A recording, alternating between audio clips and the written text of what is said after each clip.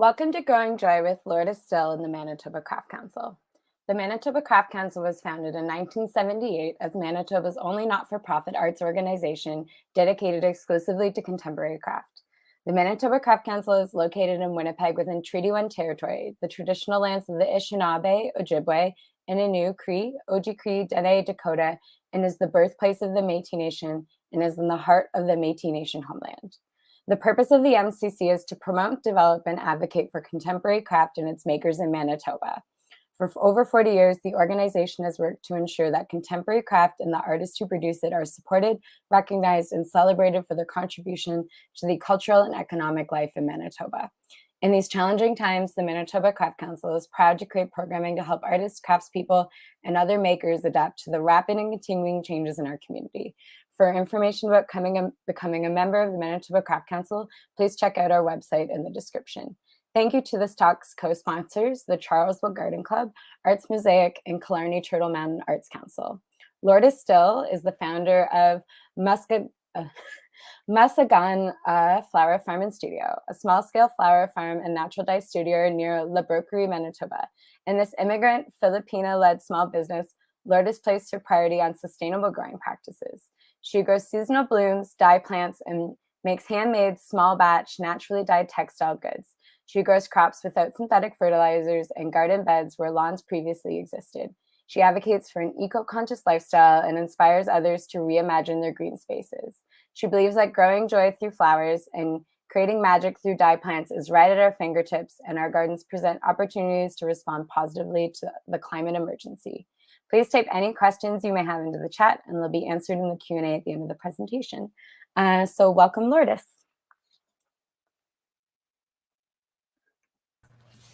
Hi, Katrina. Thanks for that introduction, and welcome everyone. Me and Katrina actually are not able to see who are tuning in, so I would encourage people to maybe type in the private chat or in the comment section, so that we'll know that someone has tuned in, and also just want to feel that I'm actually talking to an actual audience. But welcome here, and thanks for watching this live. As you know, one of the presenters for the EcoCraft for Manitoba Craft. And so I'm here to share with you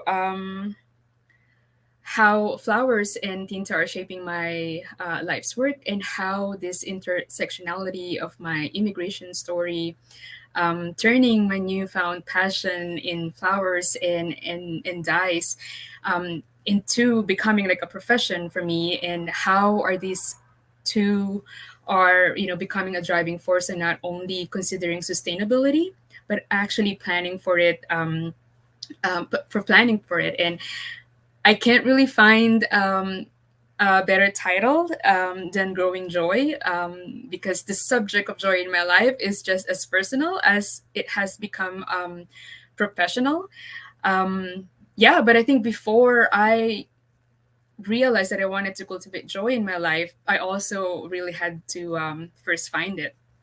And so my hope for tonight is that all you are tuning in and listening to this talk, that you will be inspired to reimagine not only your own green spaces, but also help you redefine terms like what is seasonal and what is local, and also like how does the kind of joy look like in your life, and eventually how you can share it with others. My tips and tricks on dye garden cultivation is sprinkled throughout this presentation. So please feel free to post your questions about it, and we'll get to that at the end of the end of my slides. Yeah, so like Katrina said, I am the founder of Masagana Flower Farm Studio. It is a small-scale flower farm here in Southeast Manitoba, and it is where I'm practicing, as a flower grower, a natural dyer, which is fairly new, and also as an experienced guide. And as an experienced guide, I this is how, I think, how I'm sharing my work with other people. Um, how when I say us, like me and my husband, how we had like turned our lawns into garden beds, and also introducing people on how we can cultivate botanical dyes, and dyes that are actually present in plants and flowers, just as common as marigold. And in the past year, I'm finding myself, actually I coined this experience guide just as I'm making this presentation, because with what Masagana, the evolution of my business Masagana Flower Farm, that is where I'm focusing on, like this year, welcoming people in the gardens, and guiding them to experience not nature, and at the same time the natural dyes that are coming from the plants and flowers that I cultivate here every summer. So as experience guide too, I hope that I was like giving hope to people, that a small gesture as inspiring them or helping them successfully cultivate their gardens, and or specifically dye gardens, that it will help them a little bit, you know um, take the pressure about like how can we change little changes in our lives to respond to climate change, because I really believe that our gardens present this like opportunity to respond positively to climate change. So, but before I became a flower grower, a natural dyer, and that experience guide, I this is where I came from. Well, at least one photo of like from my childhood. I immigrated to Canada in 2009, and I just actually recently turned Canadian. I took my oath last September 2021. And but before that, the reason why I moved to Canada is the hope is to practice my profession as a dietitian, which I got the degree while I was in the Philippines in 2004. And I picked this photo to include in this presentation because I didn't think that it has a lot of that it had a huge influence in what I'm doing now. So you can see the background. There's like water, and there's just like a fresh water. This is where my cousin's family farm is.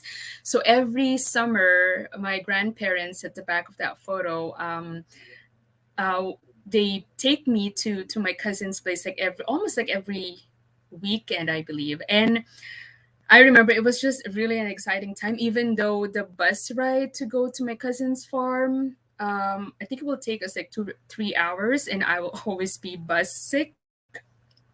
But I love going there, and and every year I was also in their farm. They're actually doing they have a lot of like rice paddies, so they cultivate rice. They were farming rice, but that was before the year 1991. And then in the year in 1991, there was the famous eruption of dormant volcano, um, and that changed the ecosystem of their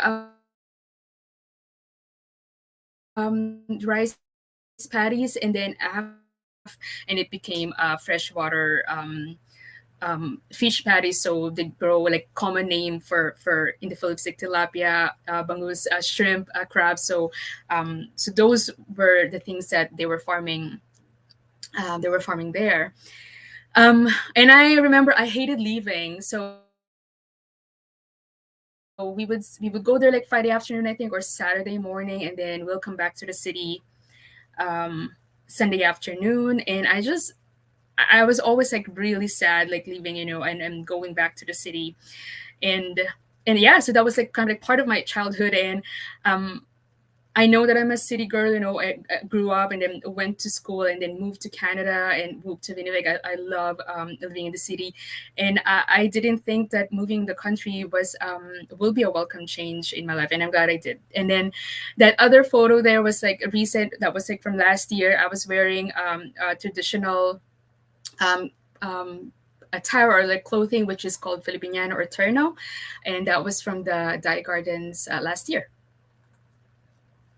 So my first gardening experience was, this is my parents' house, and when they bought it and we moved in, I think the first weekend that they were free and we had like unpacked, they bought like several fruit trees. I can only remember like three of them.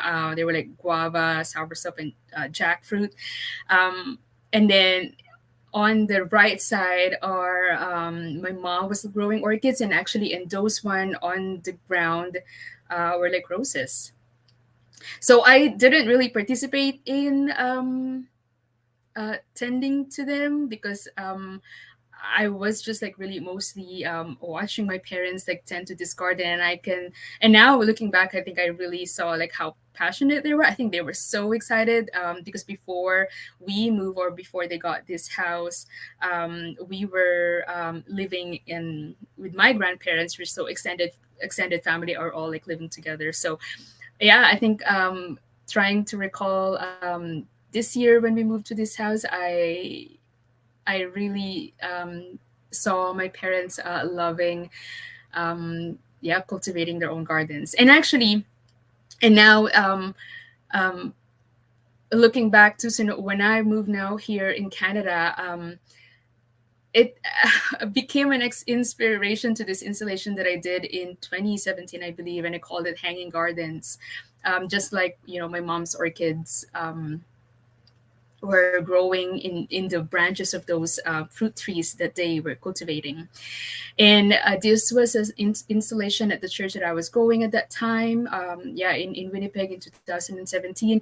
And it was, I tried to make it like interactive. And in my note here, I was inviting people to check it out like the following week, because I had let this like dry, and I think this was on display for like two 3 6 weeks. And so this photo on your left here was, when the flowers were like fresh, when we just finished installation. And I think this is like the second or like third week or third Sunday. And I invite people to actually kind of like sit on the floor and then look up and even take photos, document like how has the change of the flowers and how they feel about it. And I thought, because we never really appreciate like drying flowers and how, they do possess this like ethereal beauty. Um, and so yeah, so I moved to Canada in 2009. This is I was looking for photos, including this presentation, and I actually found this. The one in your left there are, I believe, the first garden that I tended. So, and as you can see on the left, on the right photo, I think I succeeded. I had some, really nice basil and rosemary. Um, but you know what? I did kill a lot of plants too at the beginning. So between 2011 and 2018, I did mostly balcony gardenings, and these are in my apartments in Winnipeg downtown. At this time too, I got a job as a flower buyer from 2012 and 2018, and from that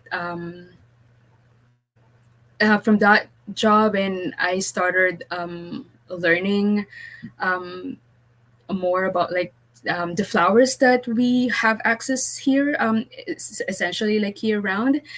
Um, and in 2013, I had this opportunity to actually visit Colombia in Bogota in 2013, in meeting a lot of like farmers and farm managers who are growing all these like roses and flowers that we basically import like to North America. So the photo in the middle is in one of the greenhouses, and this flower is called Alstroemeria. And yeah, and they're like taller than me, and I'm only like 5 feet flat. I remember there are also like roses that are grown, I don't know, even like 9 feet tall, really, grown from the field. But what stood out for me too is, this greenhouse here. So they will have, when they are sprayed like with fertilizers or or herbicide and fungicide, they would actually have this like signs in the greenhouse, so like they you can't like come in for at least like 12 hours, I believe. Um, so fast forward to 2016. So I was already like working as a flower buyer from in this year, so 2012 to 2016. This is when I met Kevin, who is my husband now, and he has this property even before he met me. And at that in that year, he already has like a 20 by 30 garden plot that is like ready to tend. So we did. So this is the first time that I actually tended a garden in, this big. So yeah, it was a 600 square feet. And between the year of 2016 and 2017, so I'm still working as a flower buyer. I think there were like three books that really I didn't think that would influence, the years that would come after. Um, and and those three books, I would out of those three, I will only highlight this Dan Barber's like the third plate. And because so Dan Barber is a chef and a co-owner of Stone Bars Center for Food and Agriculture. And so in the soil chapter of the book, he introduced me, or the audience or the readers, to the perennial wheatgrass. And in that soil chapter, he also introduced Wes Jackson, who is the lead researcher, like in breeding grain crops and wheat in particular. And then later on, actually, I found this photo at an old National Geographic magazine, and I tear the pages, and I have it actually on my corkboard here in my office, because learning about the perennial wheatgrass, it really had a profound impact in my life. And I don't want to left this out in my presentation, because this really changed how I started seeing the prairies. So where I countered this book and I learned about perennial wheatgrass in 2016. So I'm already like in living in Canada for like 6 years, 6, 7 years, and allow me to read just a few paragraphs in that book. And as I'm reading, um, yeah, I hope that you can imagine and you can feel like kind of like the same how it was like profound for me. Because just imagine someone living coming from a tropical country, and I have a few impressions of like how prairie living is. And I've heard people say that boring because it's like it's flat, and I guess depends on where you're coming from. It seems like it is what it is.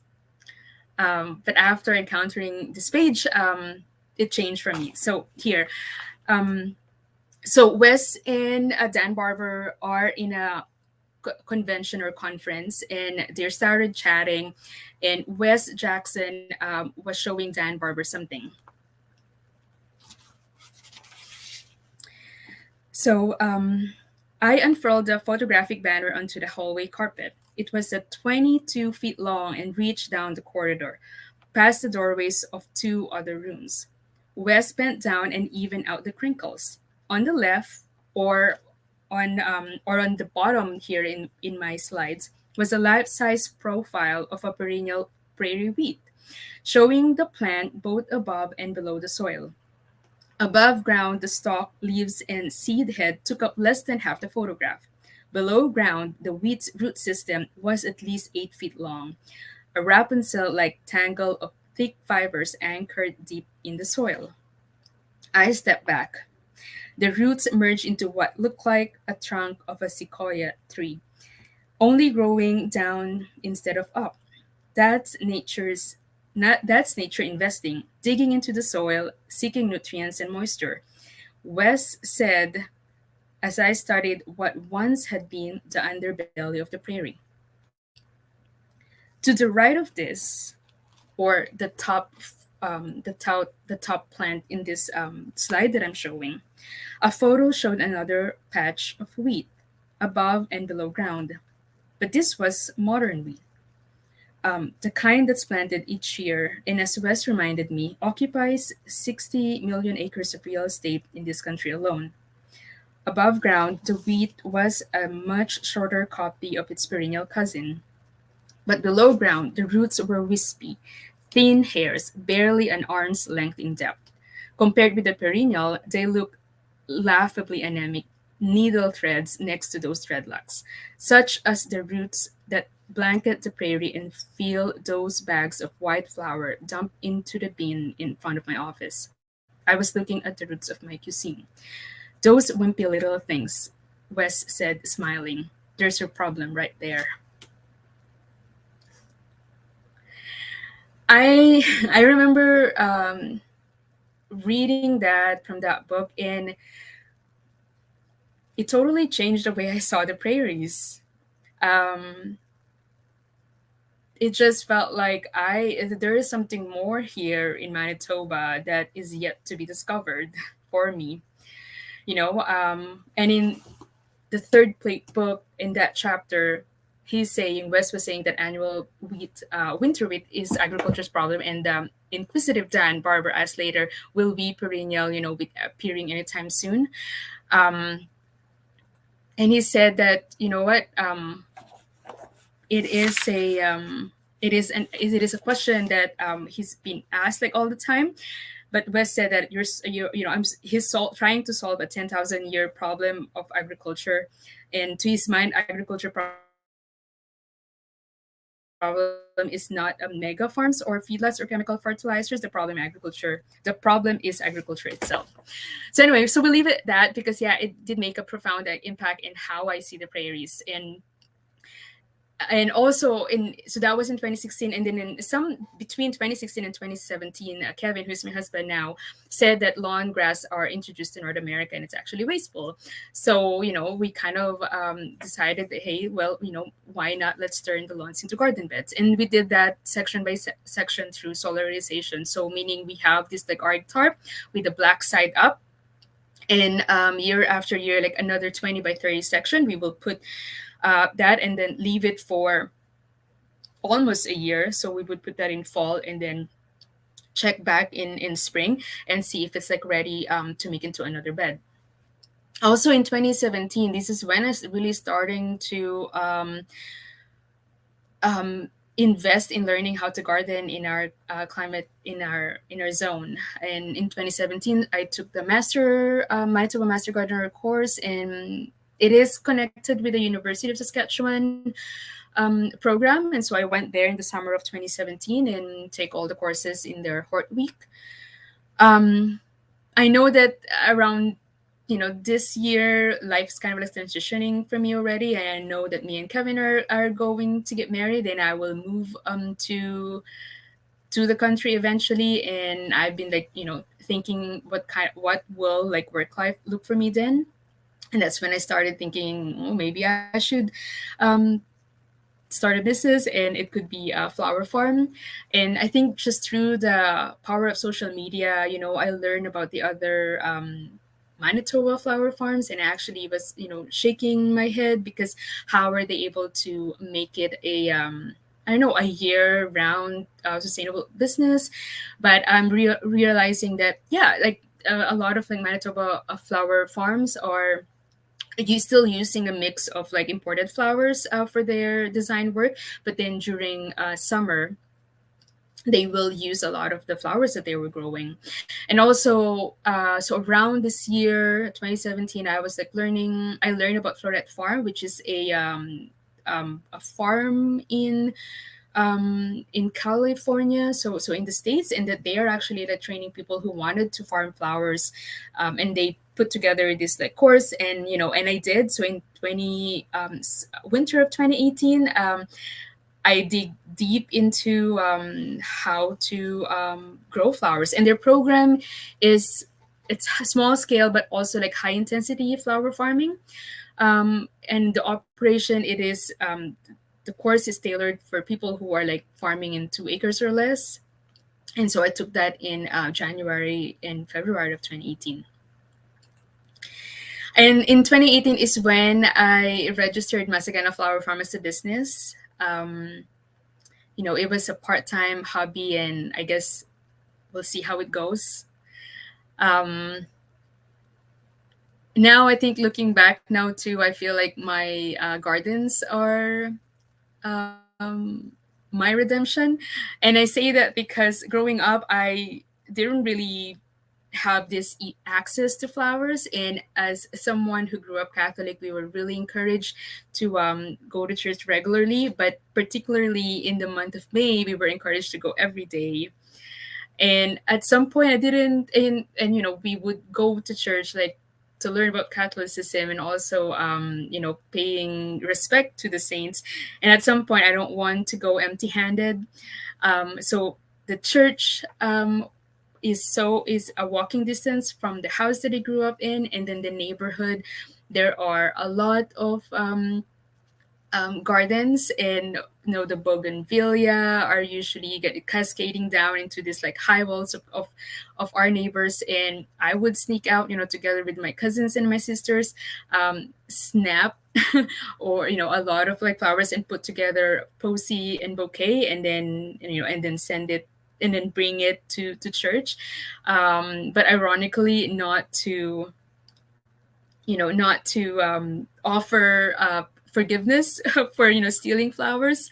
um, but now I'm realizing, having a garden of my own, and I love showing people the garden. So I feel like it is kind of like my redemption for all the flowers that I stole like growing up. And going back to the literature that I was reading, the Third Plate, and also Jenna Butler. He is an author from Alberta. I read her book called A Profession of Hope, and also Leah Costamo's book called Planted. I think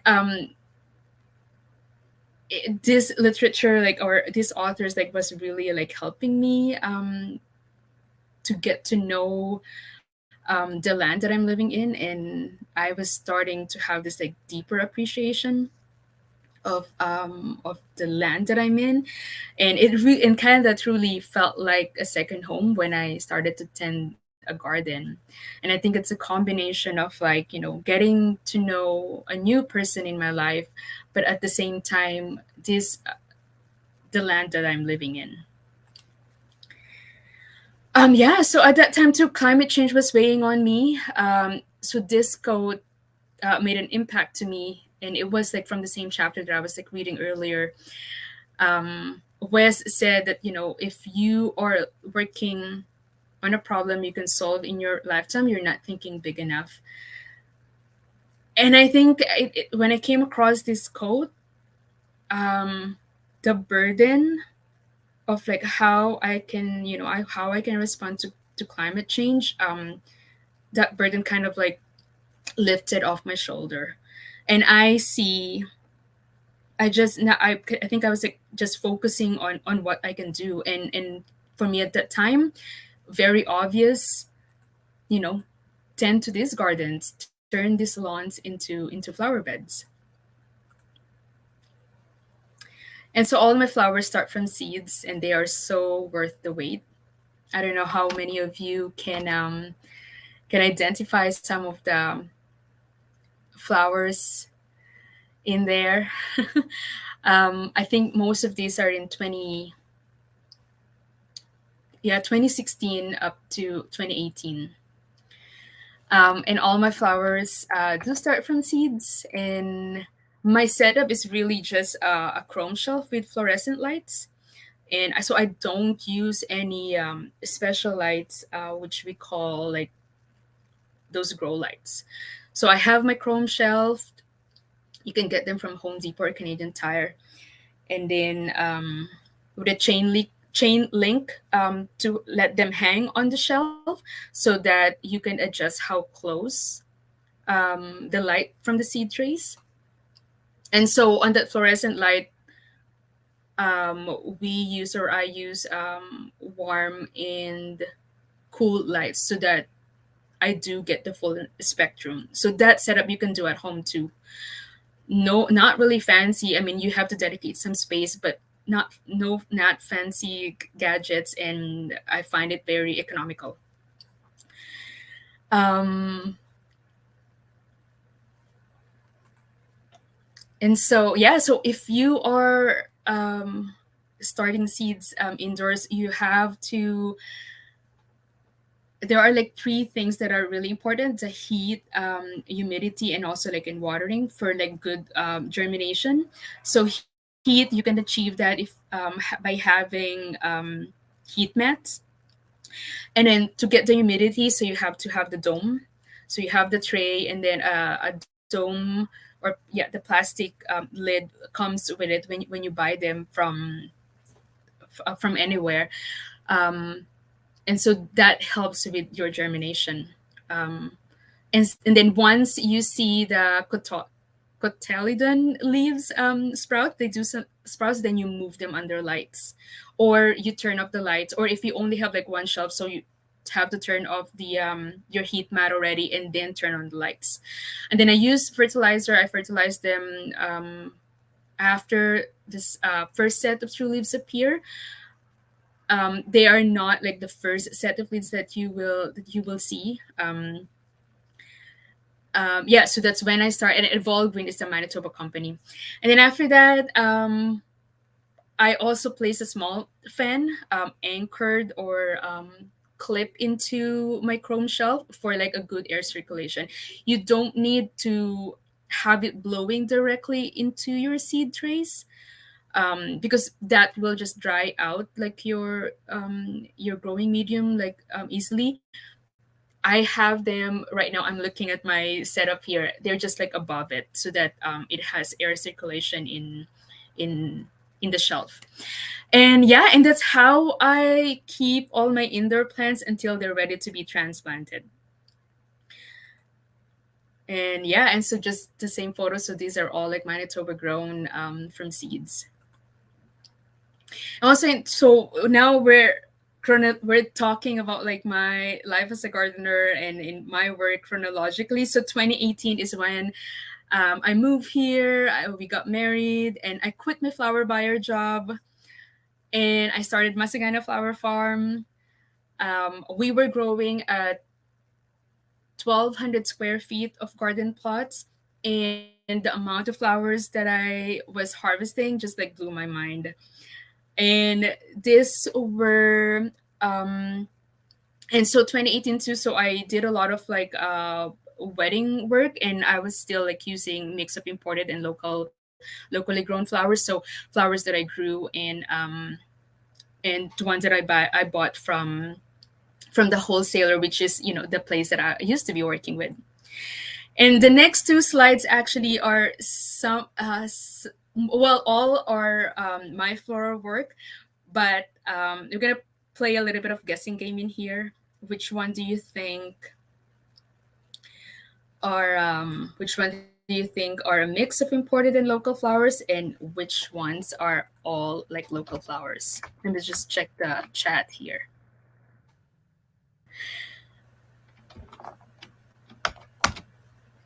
So so this slide here, these are my some of my first work as a florist. So I did my own wedding bouquet, and yeah, it is a mix of imported and some locally grown flowers.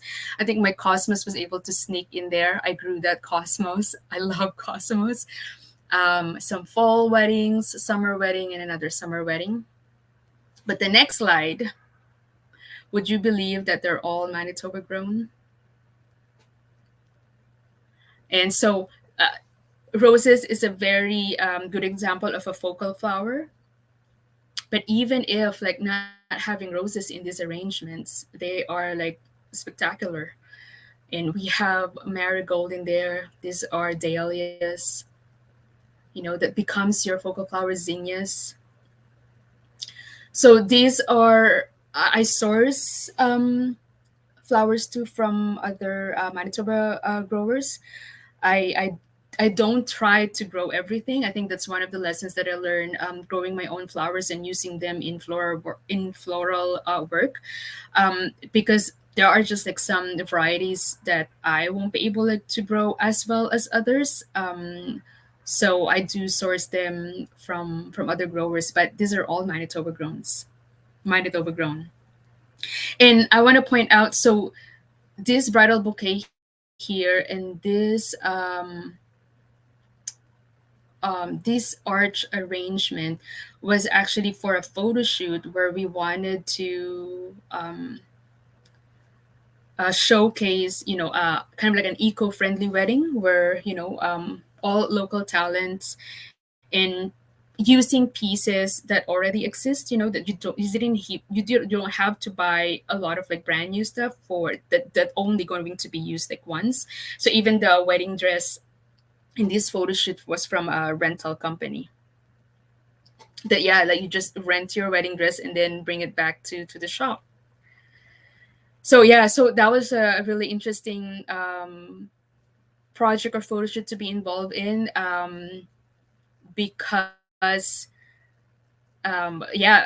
there's some challenge in creating this arrangement for the arch. And I don't know how many of you are familiar with flower foam, and that is like how you can achieve like this arrangement so that they stay in place and then hydrated. But this one was made without the use of floral foam, which are microplastics. And I'm going to show more of how I was able to do that. Yeah, so 2018, I was growing in 1,200 square feet, so it was only a 220 by 30 garden plot, and also with still a mix of vegetables. So I sold some flowers, some because I was only like starting and I was so shy like to sell my products. I feel like 2018 was my testing the water years.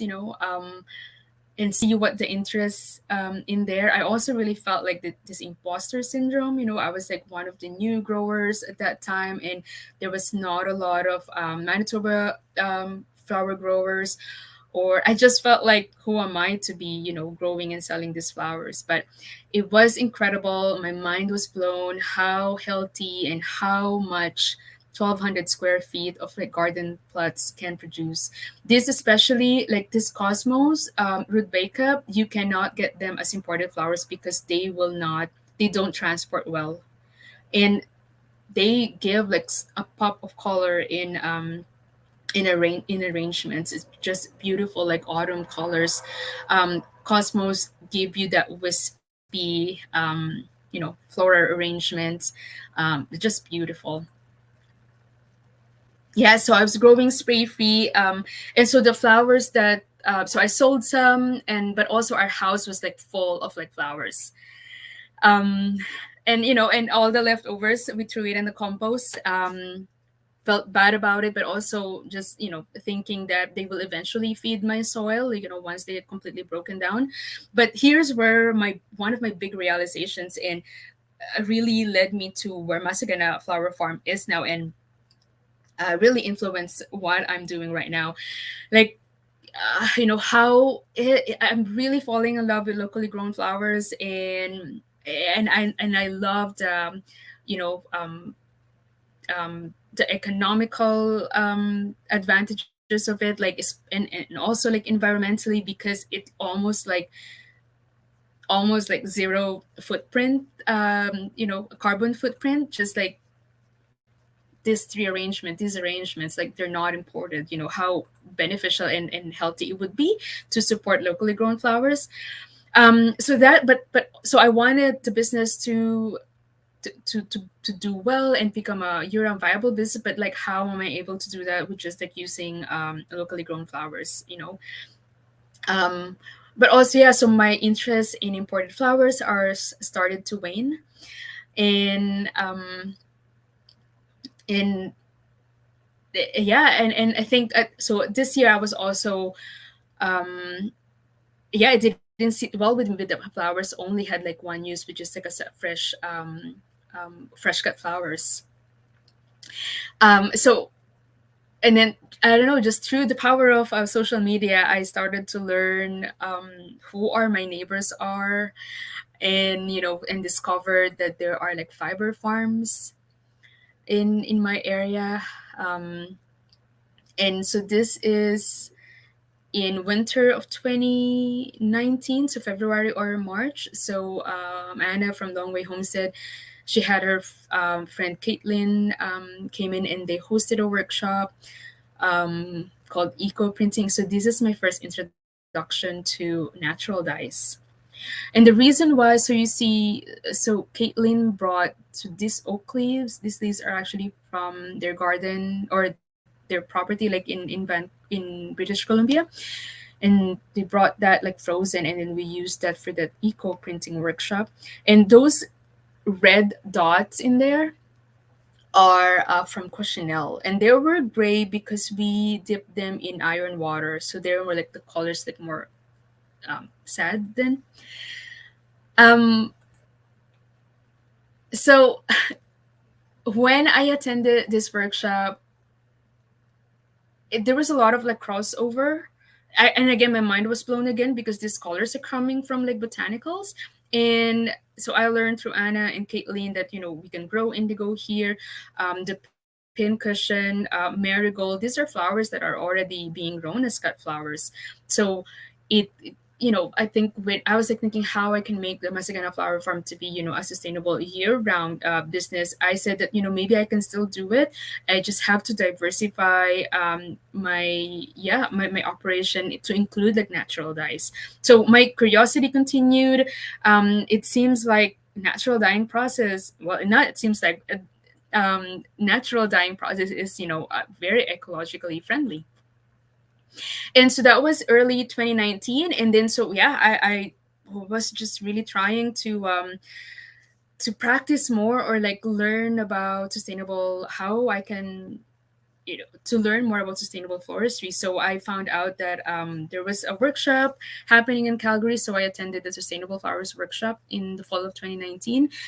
And one of the takeaway in this workshop is how not to use floral foam.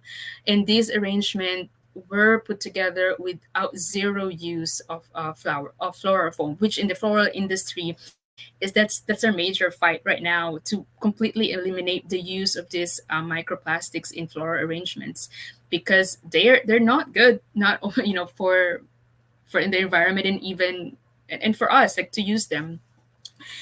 Yeah, so there I met like-minded people who are putting sustainability practice actually first and not in consideration of their design. If so our mechanics in here, so branches already, and you can see the wires in there. That's how we put together all these like materials that were provided for us. And this is the only garbage putting together that those arrangements, that meadow, and then this hanging insulation, which was this one. And why that's the only garbage that we have? Because all the flowers that we use were either repurposed or composted. Because apparently in Calgary they have a composting system. And what else? The mechanics that we use are all reusable. So these florists, they'll use it once and then they take it back like after the wedding work, so that they can use it again in their next floral design. So that was very impressive workshop, and it it was very validating.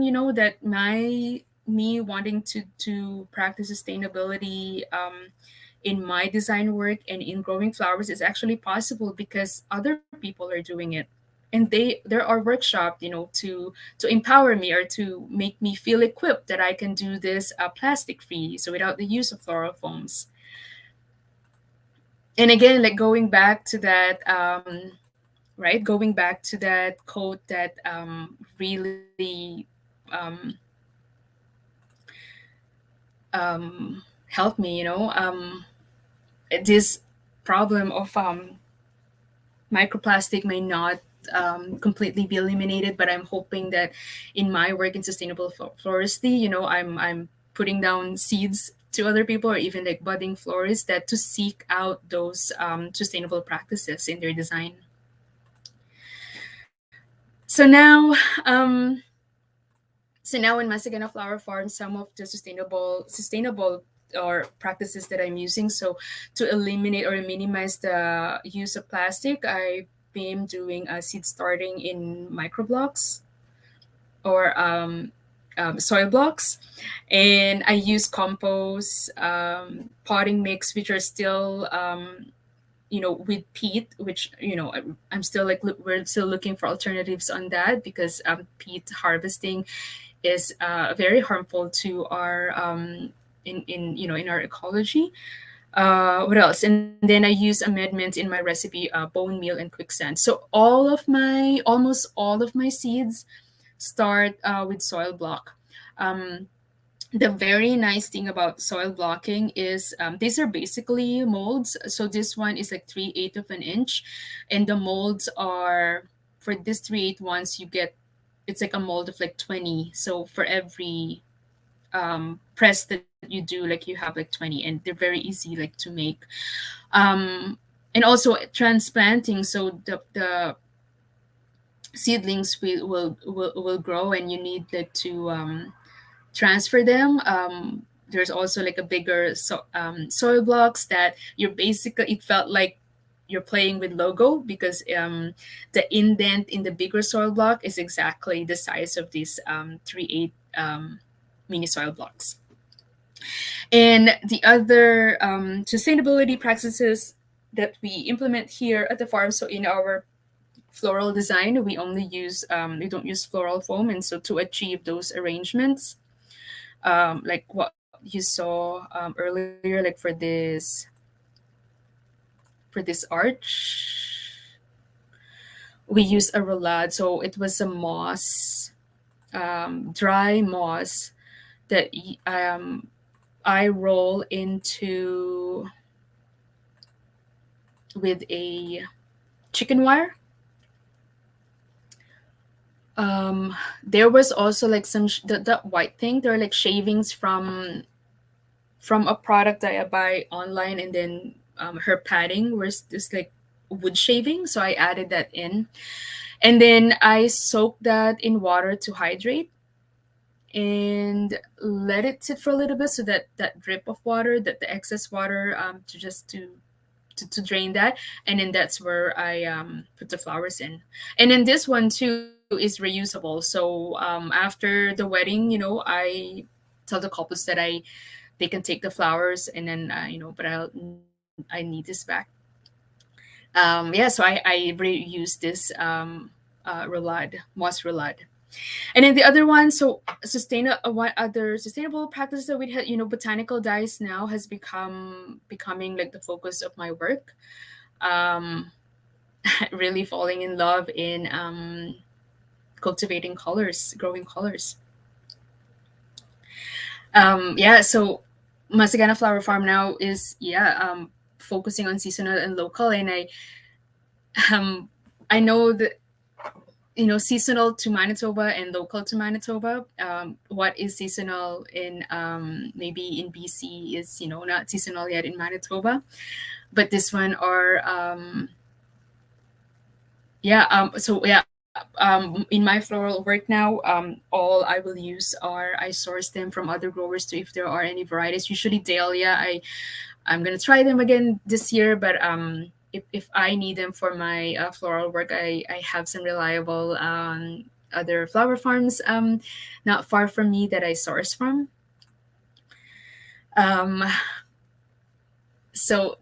this is our photos from last year, and growing indigo has been such a wonderful experience too. And extracting those pigment, combination of science and patience. um, I can't believe that how much chemistry is involved in it, and I didn't actually like chemistry in when I was in university. So I feel like if my professors had this as an example, I would have like paid more attention. And yeah, the living color of blue from in this cotton shawls. Another example, This blue in here are like from that Rubenza Cosmos. This color is from Coreopsis. On this are Charmeuse silk scarf. Marigold, those marking in there. So these are Bright Light Cosmos, Coreopsis, Black Knight Scabiosa, and these are, I think these are Coreopsis too. And so one of the things that Masagana Flower Farm is focusing to is this transformational farm experiences, and I want to play this couple video from a couple of participants last year.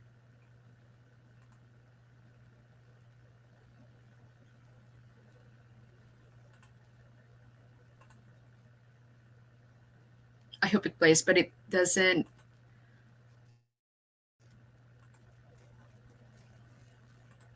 Okay, unfortunately, it's not playing. But at the beginning, I was saying that the things that I was doing is like flower grower and natural dyer, and also like this experience guide.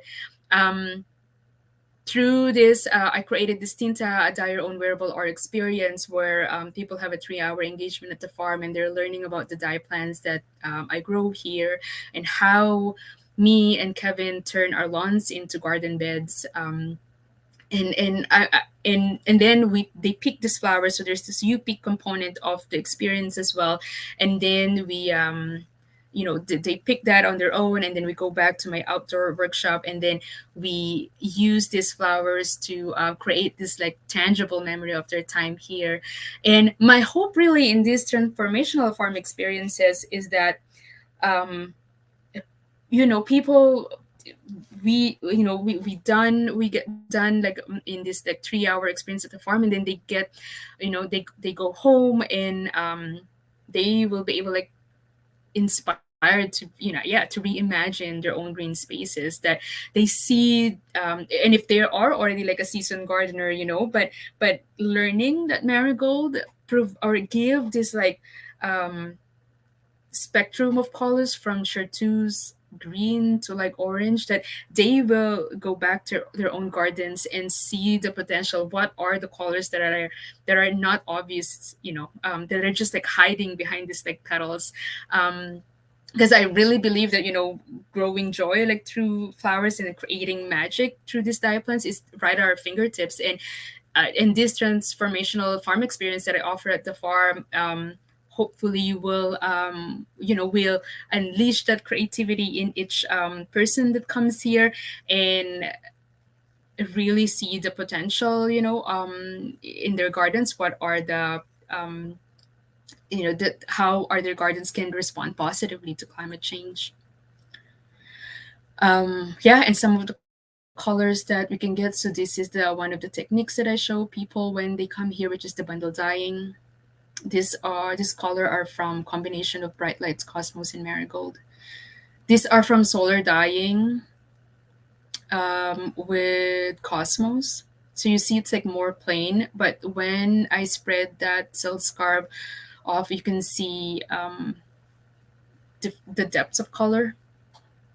And in that one, you've got some dark there from Scabiosa. So this one are just bundle dyed like this. Just with Black Knight Scabiosa, which is also called pincushion. This is a combination of marigold, coreopsis, cosmos. These are just marigold and bright lights cosmos. And my future dream work is get to know the local fibers that we can grow here in Manitoba. Get it, and knowing the work behind Pembina Fiber Share is just so fascinating. And I'm in it for the long haul. Like I'm so want to be involved and get to learn the fibers that we can grow here. These are the sheep that I met on that when I attended a workshop in 2019 at Longway Homestead. It was my first time. And the other, work or collaboration that I'm, in the works for me also is yet to collaborate with other like-minded makers and artists and business owners. Like, I'm will be working with one Winnipeg florist where we will be turning their green waste, which is leftover flowers from their shop, um, to use it for my sales scout work, and so they can carry it in their shop. But just trying to use those green waste that that otherwise will they'll just like get thrown out. Why not turn it into something beautiful? Yeah, and I want to end the slides with this quote that I let you read on your own. But this past short years of yeah, coming across that perennial wheatgrass and opening my eyes to like so much deep beauty on the prairies, and then just wanting to learn about like sustainability. I think about like as a craft person too, like sometimes I ask myself, why do I want to do this? Why? Because it just feels against the grain of like what consumerism it look like, in general. But when I came across this code, I was like, I think it's worth it. I may not see the black and white change in my lifetime, but I hope that people who will come across my work will be able to yeah, support makers or other artisans or farmers whose work they truly believe in. And that's it, Katrina. That was a wonderful talk. We have several people in the chat asking when the workshops are held, your natural dye experiences. So when do you hold those at your farm? Yeah, I'm just reading. Thanks so much, guys. Was not able like to read the comments while I'm doing the presentation, but thanks for engaging there. Yeah, so got a lot of love from the group. I know. Thank you so much. Tinta Dye Unwearable Experience, I will start booking in May. But they can actually, if they go to my website, look for the experiences, you can see a trailer of like what you can expect. So if it's the first time you're hearing about it, yeah, like there's a trailer. We created a video from last fall, and so you can get a grasp of like what it would look like. And I'm really excited to be offering that again because I'm building a studio, so rain or shine, I can welcome people here, and we actually have a place like to get creative. And the Lourdes' website is in the description of this video. So if you want to bookmark that so you can book up your experience in May, Thanks. you can find it in the description. Any other questions? We have lots of people talking about Heather or Kim Sisa. I'm sorry, I'm a name butcher, everyone. I'm a quilter and fiber artist and would love to try natural flower dyeing for fabric and fibers. Oh, that would look beautiful on a quilt. Yes, there is actually an account that you should follow on Instagram. Her name is Farm and Folk, and she dyes her, sorry for I don't know what the term, but the pieces that she put on a quilt are all naturally dyed. So it's not eco print, so you don't see the imprint of the flower, but the color that she gets from the flowers and plants that she grows are just amazing. The name of the artist or maker is Sarah, and her Instagram account is Farm and Folk. I think you will be inspired um, in that Instagram account. Also, someone was commenting um, sorry, the indigo. Yes. I haven't started them yet, but yeah, I when I found out too, when I learned about indigo that can be grown in Manitoba, that was pretty fantastic to hear. And then when I actually grew it was pretty great. So I hope you will be able to try as well. Michelle asks, what dye plant is drought resistant? I live in a place with very sandy soil. What a great question.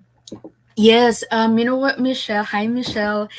Actually, you know what? Luckily, like all of them, I believe are drought resistant because okay, so actual experience last year. So I implemented a drip irrigation. So it's basically automatic watering in the garden beds. And so I thought I hadn't. So I had every bed has this drip irrigation, but the end of, so we have a long garden and then a garden section like right in front of our house. So the long garden towards the very far end, whenever I would turn this irrigation, they will just have like a lake at the bottom. And so I thought I have an issue with gravity. um, and so I was like, oh, that sucks. And with the drought, we still have to hand water. Okay, and then so fast forward to fall, so we're putting everything away, and then I realized the reason why I will have like a swamp there was because it got disconnected. And so that means that all the while that I will turn on my irrigation, most of the gardens actually are not getting water. And yet, Michelle, the flowers, I got tons of flowers. So I would say all of them are drought resistant. They're very low maintenance. So marigold, coreopsis, cosmos, yeah, yeah, they were great. They thrived. It was drought, and I don't think that they were getting watered in my drip irrigation, and yet I got tons of flowers. I can second this. Lourdes planted a bunch of flowers in front of the craft council that were like moderately neglected all summer in the drought, and they all bloomed, and we got tons of flowers. So, yeah, Yes, they're all pretty drought resistant. Sophia wanted the Instagram handle, and then Kim put it into the chat. Thanks, Kim. yes. Any other questions for Lourdes? And thanks, Seema. I think that's Seema that we know. Thanks for watching. It's really interesting to do a presentation without seeing people. Yeah, but I'm glad that I hope you guys got something out of it. Because I was really nervous. It was a very different dynamic. Not not seeing people in while you're talking. Well, if folks want to give any last questions or give Lourdes some love in the chat, that would be great. And we'll answer any last questions, and then we'll say goodnight. There's also a slight delay, so we'll wait a few seconds for people to type. Okay. Yeah. Yeah. What were the names of the books you were talking about earlier in the presentation? Yes, I have them in front of me. So you see this is full of dog ears. So Dan Barber's The Third Plate. That's where I read about. Oh, it's not showing. Hey, that's The Third Plate by Dan Barber. Jenna Butler, she's from Alberta. She's farming in the farming on the edge of the Grizzly Trail. She's amazing. I love her work. Her essays, The Profession of Hope by Jenna Butler, and Planted by Leah Costamo. We have some compliments flooding in. That was so great from Connie. You were great. And I've heard a lot of presentations online and then some thank yous. Oh, thanks so much, Sophia. Thanks, Regan. Kim says, wonderful job, Lourdes. You could hear the passion for your work. I agree. Thanks, because I felt like I was mumbling there, but thanks, Kim, and yeah, thank you so much. Thanks, Michelle. And I hope to see you guys in the garden. I would love to welcome you in the garden this year. Well, thank you everyone for tuning in to Growing Joy with Lourdes, and have a great night. And I'm really excited to plan my natural dry garden for this summer. Yes. Yay. Perfect timing. Bye. Absolutely. Thanks, Bye, everyone. Thank you.